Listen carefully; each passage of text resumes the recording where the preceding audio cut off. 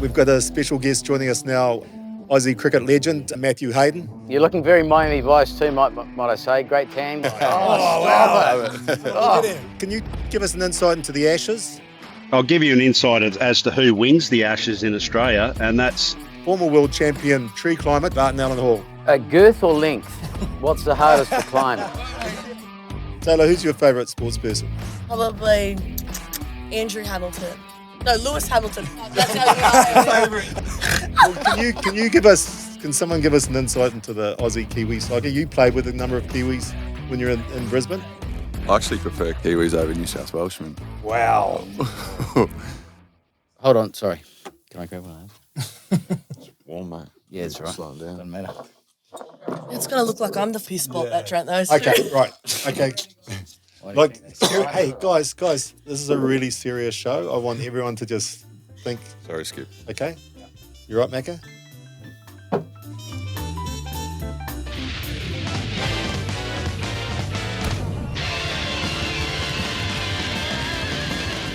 This is Sportscafe Takes On Australia. Marc and I are Sportscafe.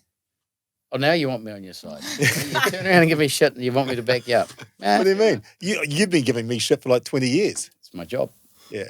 So joining us in Sportscafe Australia, we've got Big Bash legend Chris Lynn.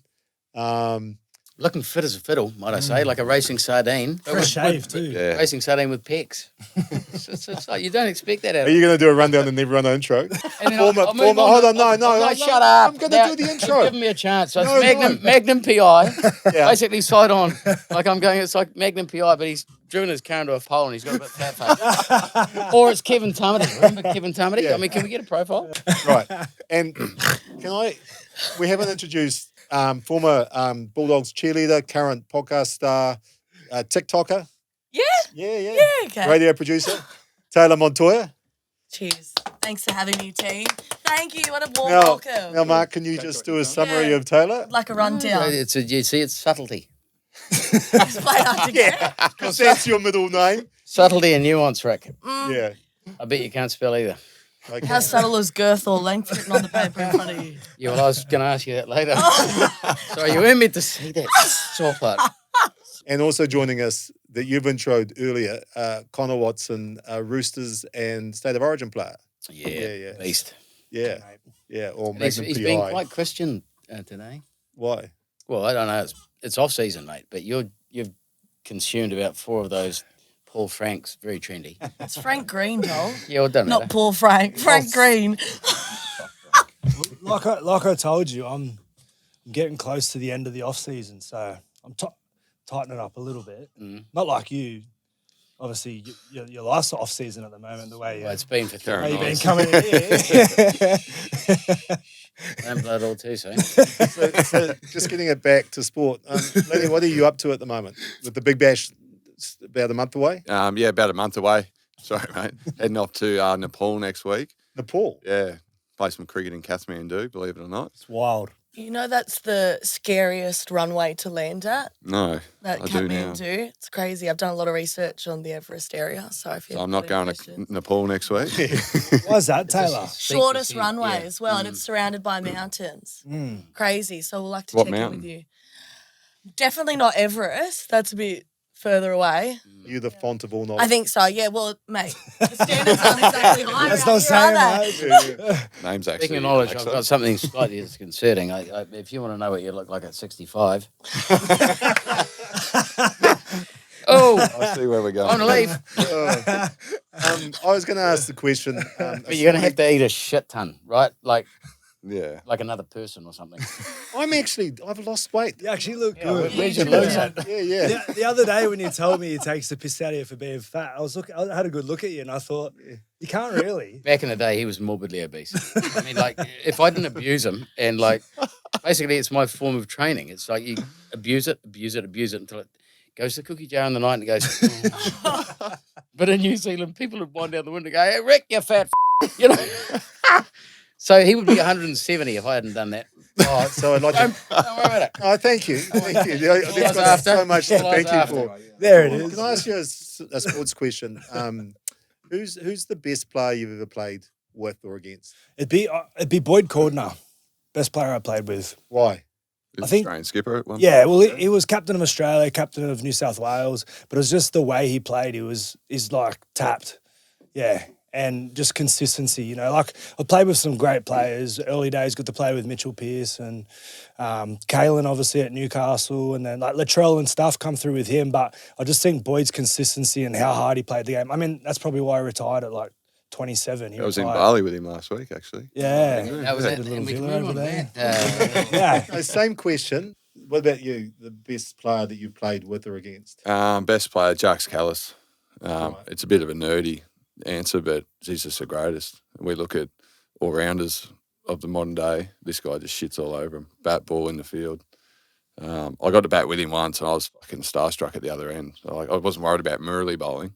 I was worried about Jacques at the other end, what he thought about me. But, and then obviously the king, Warney. Yeah. Aye. Mate, got to face Warney in for a boundary off my second That's ball. I cool. thought that's enough for me. Yeah. I was nearly stumped first ball, but there's a king for a I've reason. only got one Warney story. Yeah.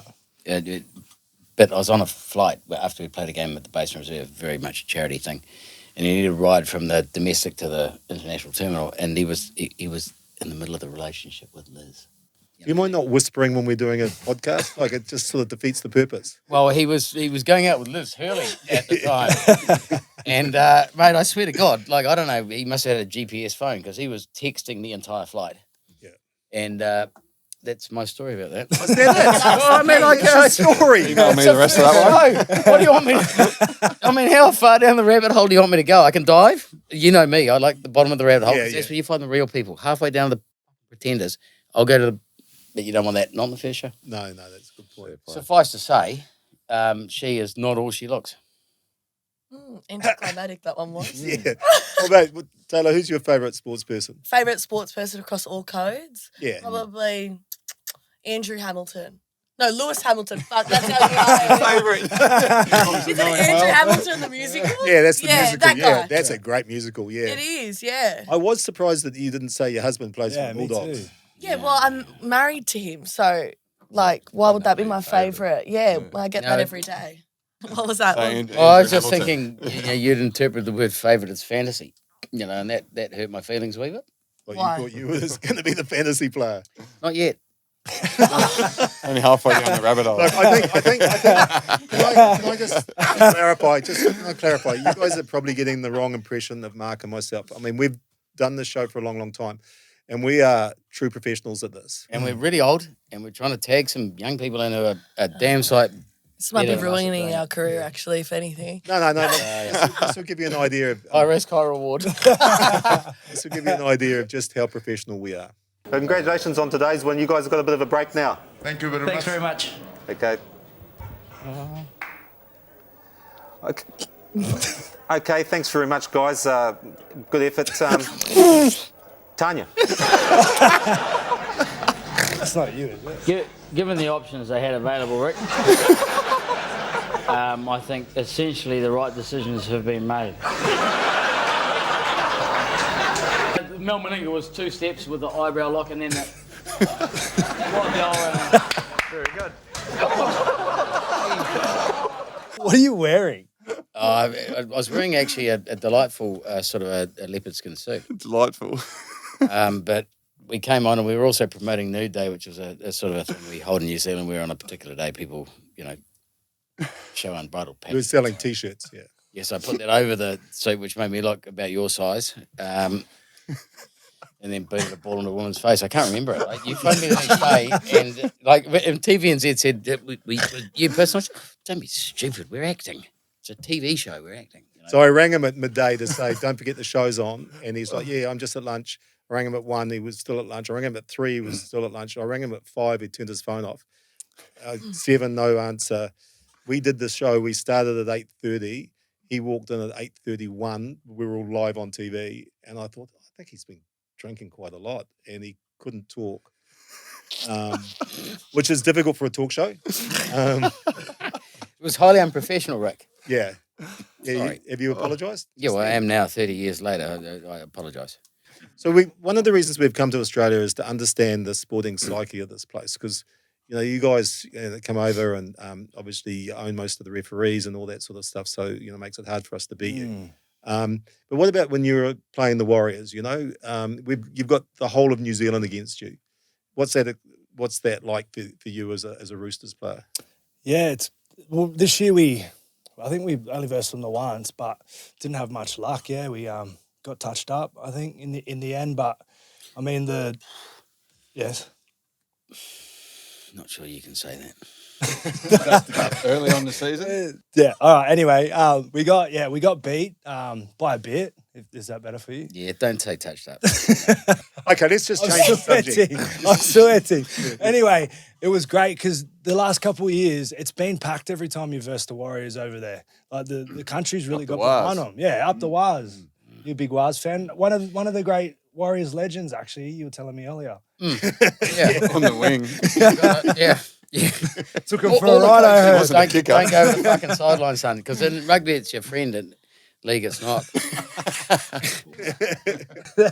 We were playing once in England and like I ran the ball back from fullback and some guy just went and broke my nose and I just went to touch it and it was gone. It was there. So I go in half time and the Frank's giving the speech and I'm just in the mirror just looking. And he said, "Hey, Mark, get back in the team. Don't worry about it. You got a nose like me now." And I said, "Well, that's not helping, Frank." It was like a pumpkin.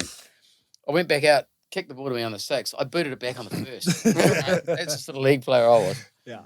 You're not a big fan of wingers, are you?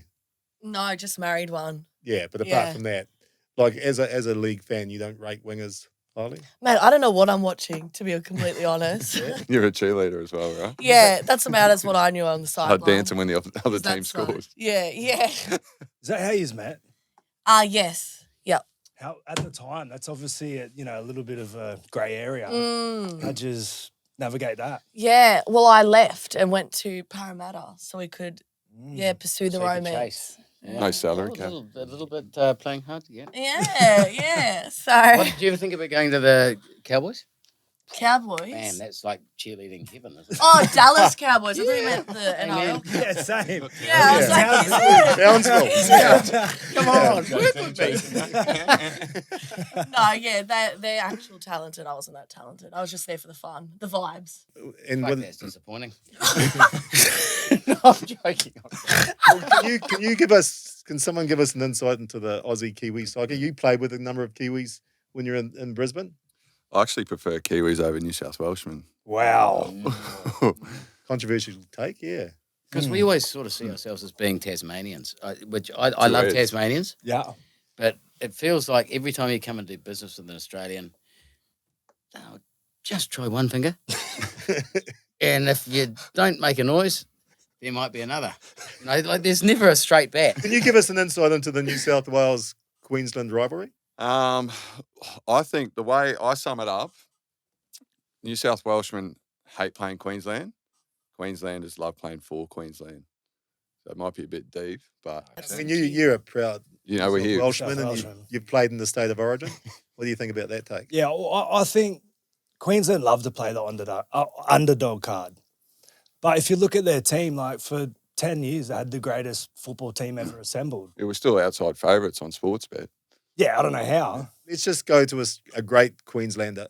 We've got a special guest joining us now, Aussie cricket legend, Matthew Hayden. Are you in an airport, mate? They're nice headphones. Cover the bald head, eh, Lenny? Yeah, absolutely. There's a few bald heads getting around here, mate. So we've been talking about the Aussie sporting psyche. Mac has got an opinion. Oh, look, my theory's always been, I mean, I love the way that you guys go about your business, and probably with the only exception being the All Blacks, the Aussie attitude is, I'm going to win at all costs. And New Zealand's attitude is, well, we'd probably prefer to come second and be seen as a good guy. The word second doesn't start to fit comfortably at all with me, to be perfectly honest. I don't know about you boys, but I'm not sure the last time was I born the last time we won a Bledisloe? I'm not sure. Yeah, you probably. So I think you know how to come first in that. Yeah, we do, but we are kind of a bit afraid to offend. We always win best and fairest. It's like the 10th kid in the class who tries the 100 metre, becomes 10th, gets a lollipop. You know, what about the first, second, and third? You know, in Aussie, first, second. What about a question? A question is, were you ever worried about being nice on the field? To a Kiwi, absolutely not. I found, in all seriousness though, I found playing against New Zealand was pretty tough because we do have a great rapport, obviously. I mean, we love and have so many things in common.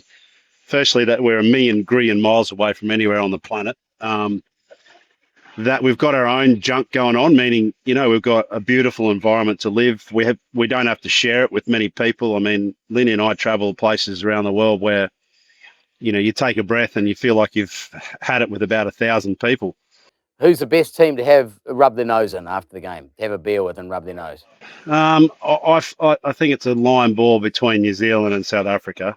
And I guess it's just what I was coming back to is how you relate beyond the sporting field. And, you know, with New Zealand and South Africa both got incredible environments to live with. You talk about fishing, golfing, hunting. Probably my favourite experience was actually the pizza guy. I don't know if he's still there in Napier. There was this bloke that you used to have this caravan out the side of the ground, and you just take over his joint and make pizzas for everyone. And before you know it, you're having a lapa, having a pizza, and talking everything but cricket, basically. Anthony Serapitos. Right. Yeah, he's still there. Well, He's still there. I was going to go down the cricket question route, Haydos. Me and Tayla were talking off air. She's really excited about the prospect of 3 Queenslanders, being 1, 2, and 3 in the first test. Obviously sitting here with a New South Welshman. Just give us your thoughts on that. Yeah, it's still up for grabs, Linny, but you may well be right. I mean, I've always liked Matty Renshaw. When you think about how he's... Taylor's a big not fan been of Renshaw. Yeah. Yeah. I suppose the thing is he's played more than half his test matches away from Australia. And I just find as well, I don't know about you guys, but, you know, you're kind of at your peak of your powers in and around that sort of late 20s, early 30s, where you've kind of got a fair bit of life behind you. You know, you're more than likely, you know, have either started a family or having a family.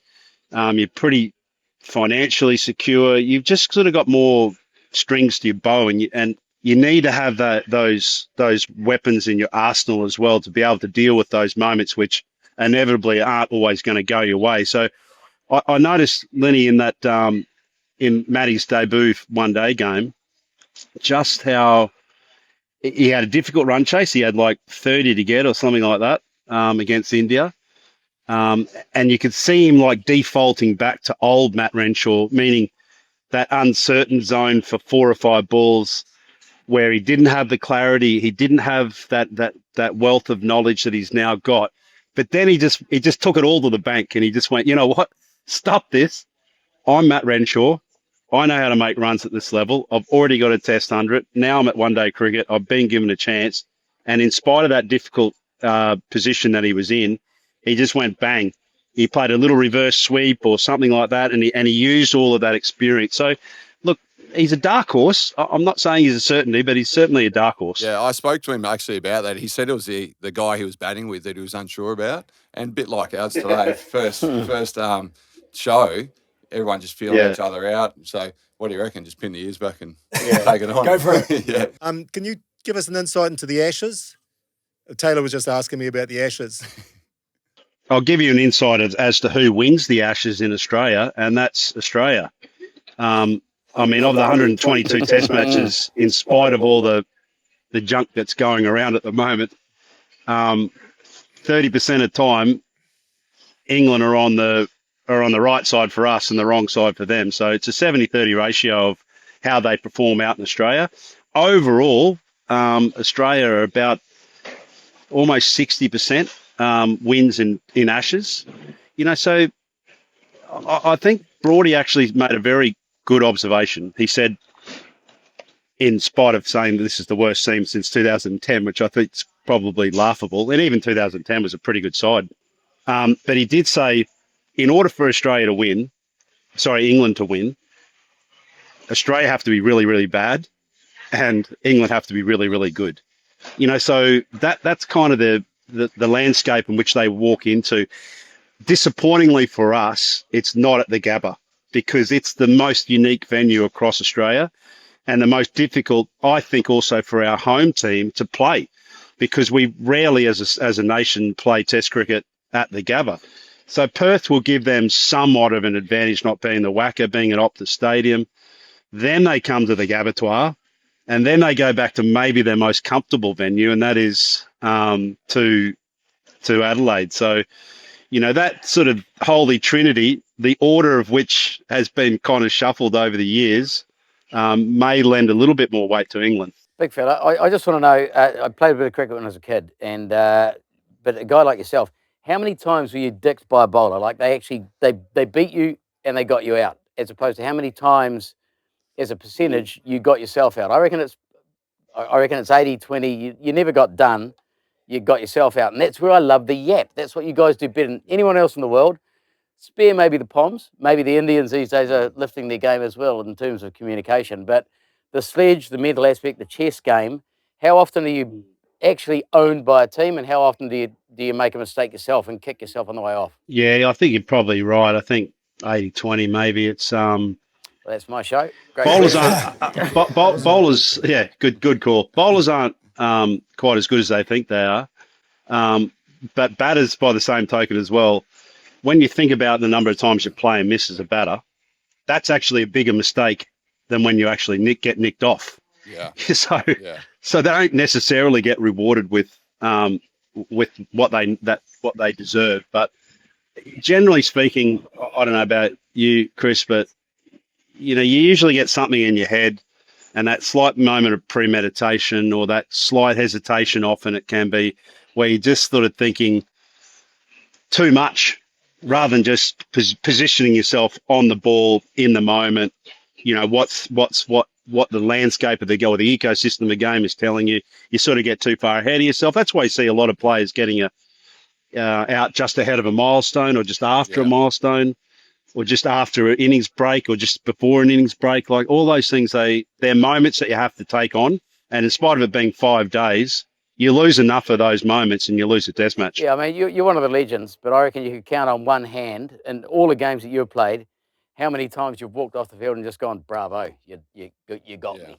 You know, you always walked off pissed off, right? Because you knew you could have done something to better it. So it's a game of chess. It's mental cricket. That's what I love about It's it. called Test cricket, right? Hey guys, I think Matty's got to get back to his job as an air traffic controller. Come in. Yeah. Just a quick question. Do you always wander around with a tennis ball in your hand? Is that just normal sort of behaviour for you, or? It's grip strength. Well, actually, it's a fidget ball, but I'm on set for Didn't you get born with the two new of them? RSL commercial ahead of the Gabba. Work with me. You're okay. So it's a beautiful dream home here called the Dune. I thought that was your house. $5, get your tickets because $13 million Cunny just could be sold it. yours. Yeah. I know. It's right next to Lenny's house down here at Burleigh Heads. I know the exact house. Yeah, it's a good man. It's a belter, isn't it? Oh my God, what a place! You check out Burleigh from here. All right, mate. Well, thank you so much for your time, and You're looking very Miami Vice too, might I say. Great tan, white shirt, beautiful, loving it. Thanks, Dossie. See you, Chief. Oh, Ciao. wow. Look at him. Well done, old boy. See yous. so Matthew Hayden, great Queenslander. Was he one of your favourite players? Yeah, he was. He took it on. Big chest, big barreled, ran down the wicket from ball one in a test match. Things you love to see. Because you've never really been known for blocking the ball, have you? Why would you do that? It's supposed to make you money. I don't know about you, but work smarter, not harder. Have you always been an aggressive sort of like, when you're coming through grades? Did you play much sort of a long form cricket? Oh, I played a little bit, played about 35 games. Excuse me. Then I worked out that we fielded for like one summer all day, every single day of the summer. You right? Yeah, sorry, mate. Yeah. What are you whispering? I just said it sort of looks like you bite one on the back. I can't say it. What? Oh, I just reckon, like you were yarning away and I was just going. I think you might bite women on the back of the neck when you make love. That's not a bad thing. I think a lot of people do that. Yeah, back to Dossie anyway. I think that's a Okay, lot- stop talking. Pardon? Yeah, back to Dossie, one of my local favourites. Mad Queenslander, loves his fishing, loves his surfing. Obviously, that great story with him and Roy out on the boat, which we'll get to in another episode, but one of the best to do it. Look, I mean, it is hard for a Kiwi being in being here in Australia because you guys do give us a bit of a hard time, really. It's not hard. Sort of the official ambassador for New Zealand here in Australia is a guy called Chur Marbro, and we'd like to hear from him. I bloody love living here, eh? Here in Australia, you fellas are blooming choice, man. Good money. You're pretty funny too, eh? The thing is, as a rival sports fan, it comes with some hostility. And so then I come off looking ungrateful, bro. Eh? And then I get the old, well, you don't like it, off, hey? You fellas need to understand something, bro. The constant threat and the need for flawless execution in a high-risk environment create immense psychological pressure and stress. So I'm gonna be a bit of a your bunker can go and get fucked, bro. And the refs always find a way, bro. Always find a way to rip us off, bro. And you wonder why I'm hostile. He's brilliant, eh? Well articulated, right? Yeah. You're accurate for you, Macca? Oh, refs are the problem with every game. Every sport. Taylor, can you help save the show, please? No, it's long gone, I reckon. I reckon we'll just wrap it up and start fresh next week. Well, we have been The looking. problem is you come to Sydney and you Yeah. got the show on Monday and Yep. you come on Friday and you think, yep, sweet, I'll go to Bondi on the beach and just chill and maybe surf a couple of waves and legs. It's all Grows a lot of gone. legs. Next thing you know, you're in here and you're Where'd you go out to in Bondi? What spots? Toddies. Yeah, I went to Toddy's. Did you? I Oh, went did to you get the the- burrata? No, I didn't eat anything. I had a beer with Rick the other day, actually. So he seen the lid You was had off a about little bit. eight, yeah, and he phoned me up. He said, they were drinking, what's the big one's a schooner? Yeah. The little one's a midi. Middies. I thought he was joking. Like I thought there's a few of us there, and when the round come back and everyone's got a schooner glass, and then someone brings over a midi, I thought they were taking the piss out of it. Yeah, what happens there? I mean, It's a hot and- day. It's yeah, cold. yeah. Yeah, but I mean- Okay. Just go have three of them. Yeah, but stop. And like a 7 ounce, right? I can live with, but a 5 ounce, come on, you're playing Joel's game. So what happens in It's a Aussie, shot of all glass. places, where you've got such high esteem and standards for moral etiquette, what happens if some prick, you got a pint or a, what's the big one called? Schooner or mini. A schooner, and somebody pulls out a midi, and they do it like twice. Is there some form of punishment, retribution? Just drink it. Yeah. Get on with it. But you don't give them any. Oh no, yeah. No, they get it. if someone's got it for themselves, yeah. Yeah, and they buy it consistently for themselves. They No. buy everyone handles, and they just drink the little tinsies. Yeah, we let him know. Yeah, we let good. him know about How it. do you Normally do leaves that? pretty quickly. Is there a nice way to let them know, or is Oh, it? just tell him he's a coward, basically. Yeah, Vodka potting. Can I bring in Vodka potting. an Aussie world champion? Twice world champion, but not at the moment. Is that right, Barton Allen Hall? No, up until a couple of weeks ago, I was a world champion for the last 3 years, actually. But I finished place second in the recent world championship 2 or 3 weeks ago. Sorry to hear about that, Barton. Just for everyone watching, can we get an understanding on how this competition works? Is it like do you climb the tree bare, or like do you have equipment on? Like is the tree bare? Is there branches? It's pretty a complicated sport. It's basically part speed, part style, like a gymnastic style scoring system, like a subjective sort of scoring. So you need to be able to climb the tree quickly, but you need to be able to do it gracefully, and you'll lose points if you do it really roughly and bash around the tree and all those sorts of things. when you prune a pine tree and you've got to go up with the big secateurs and you clip it. When you said you're doing it like bear, wouldn't that be a great thing to watch? Like going up, if you haven't pruned the tree properly, it's a high risk. It's a spectator sport, isn't it? So you got to prune the tree as part of the climbing. Well, no. If you're going up at bear, it's a nude. nude up the Yeah. tree. Oh, That's what I thought the question so was. do you compete naked? No. Just recreation. No, clothes are a requirement. Yeah. Okay. What clothes are we talking? Well, clothes are just pants and a shirt. You'll pretty standard sort of stuff. If you don't put on enough clothes, you'll actually get scratched really badly by a tree. So I wouldn't recommend climbing naked. That's why I was saying. You'd end up spectator really sport. scratched up. even just in shorts, your legs get really scratched.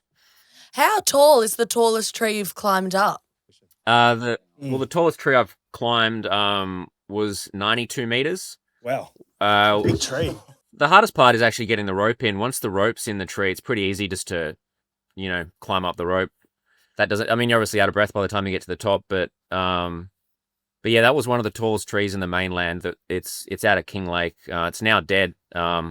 Probably still there, but got killed in the bushfires in Black Saturday. Girth or length? What's the hardest to climb? Challenging. Well, probably girth, to be honest, because a spreading tree can be quite challenging. Where a tall tree, once you've got the rope in, it's really easy just to climb straight up a rope. That's a piece of cake. But then as you move laterally away from where your rope is anchored, it becomes, it's much harder. You're working much harder. It's much harder to balance. And obviously if you slip off there, you're going to go for a swing. So I would say girthy, wide spreading trees are much more challenging to climb than a tall one. Who is the current world champion? A guy called James Kilpatrick. From? He's a Kiwi, but he was actually He was representing Germany. So Germany actually took it out. But to be honest, he's a Kiwi, so I think you can claim that as a win. But he in reference to his greatness being the number one, now he climbs tauturas, which is the New Zealand native Tane Mahuta, you may have heard of, the tallest tree in New Zealand. Very difficult tree to climb, as you say, because of girth. Can I just say that Tane Mahuta's a kauri tree? May very well be. Mm-hmm. Correct. I knew it was a Tree. very tall tree. Yeah. I knew it was a tree. Have you climbed many trees in New Zealand? No, I've been there for competitions a number of times, but there have always been trees in parks. So I've never climbed a New Zealand carry. How do you reckon you go against a Fijian after a coconut? I reckon I'd be all right. I'd give it a crack. Can you show me your feet? I've got a foot fetish. Stop it. Is that why you got your shoes off? Well, no, I wanted you to see my feet. I don't have a foot fetish. Yeah. Well, I'm trying to turn you off. Hey. Look, I'm trying to put a line here. Barton, what's next for the? So this is actually your job. You're an arborist. Yeah, correct. Yep. Yeah, earn money, pruning trees, removing trees.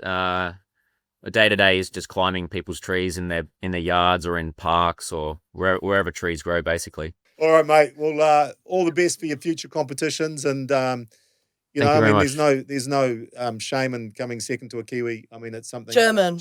Who's a German? He's a Kiwi. So all the best, and thanks very much for your time. My pleasure. Thank Cheers. you. See you, Cheers, mate.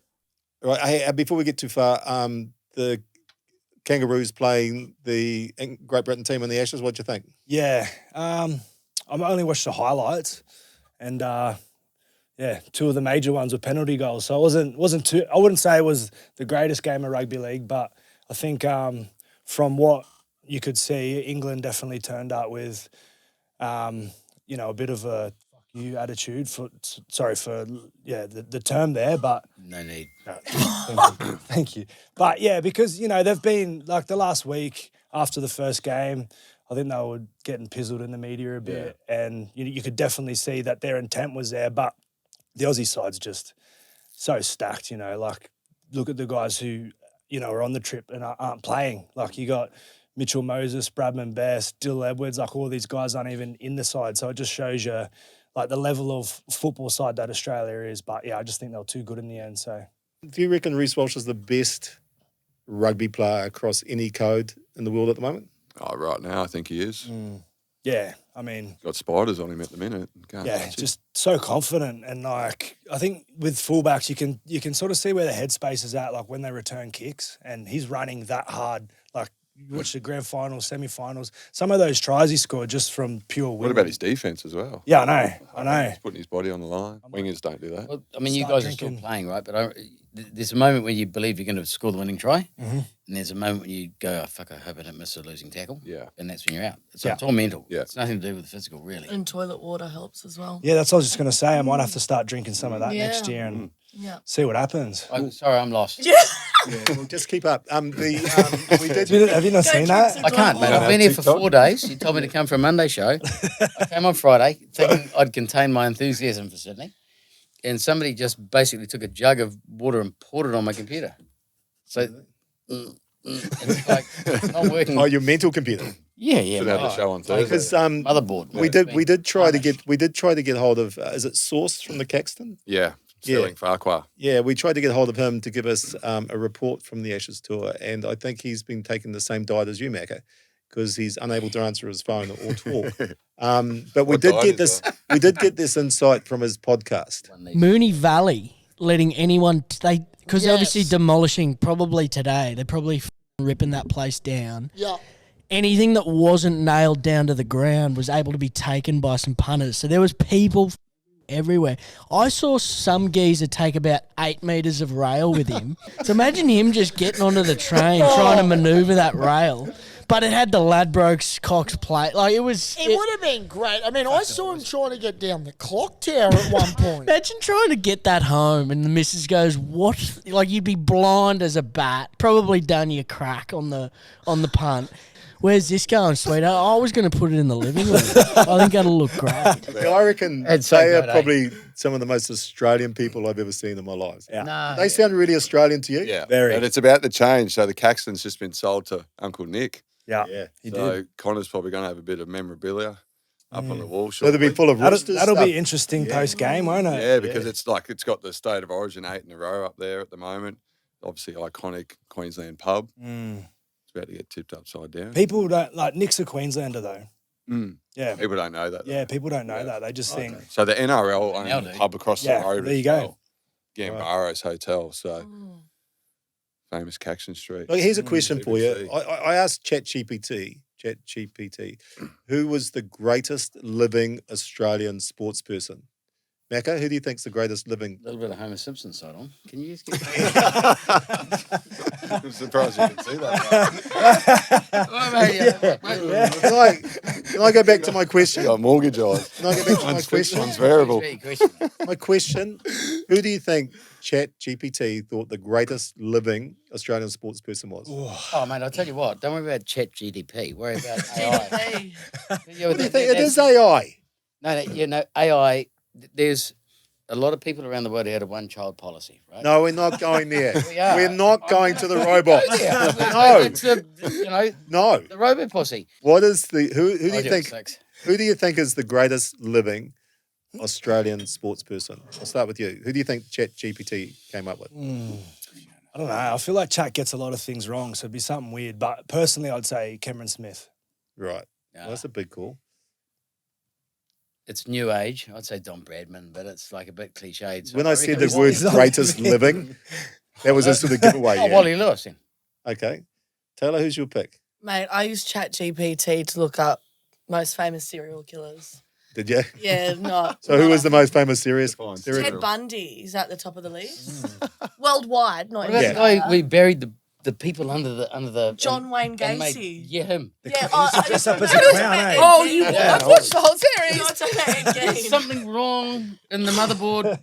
Did you watch it? No shit. No, I watched one episode and went, Not for who would you. watch that? Oh, that's surprising. I thought you'd been to it. Do you like serial killers? Is that the I don't like them, but There's been research. like I like crime.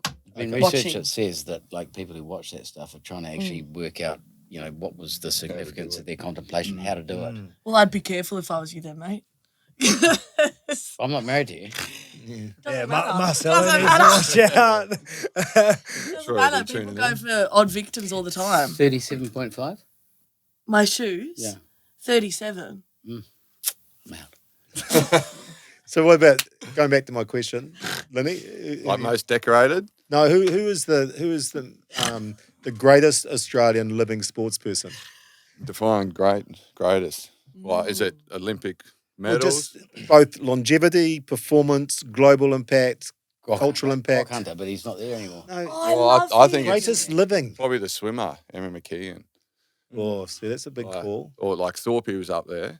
Yeah, but he doesn't have as many medals as Emma. Mm, Fair enough. yeah. Well, according to ChatGPT, it was Can you do that again? Because that was so unprofessional.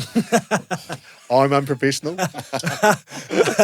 The person that they named was Rod Laver, tennis player, yeah. Yeah, fair. followed by Dawn Fraser. But then Emma was up there.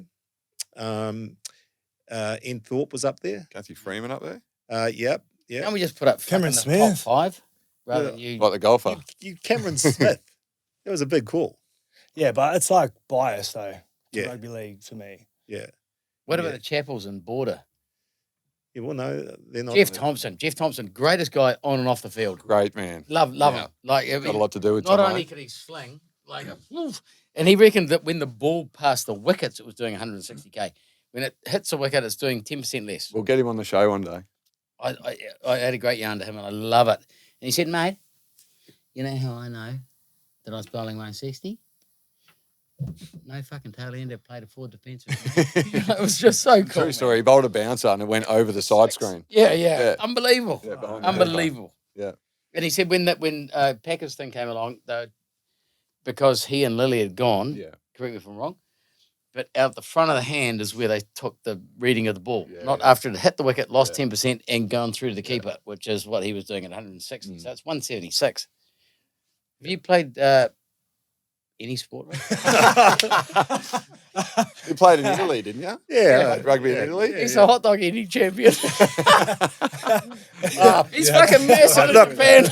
Yeah, Australia. We'd like to apologise that Sportscafe has decided to visit your shores. We found some Australians, and we brought over the biggest pain in the ass you could ever imagine.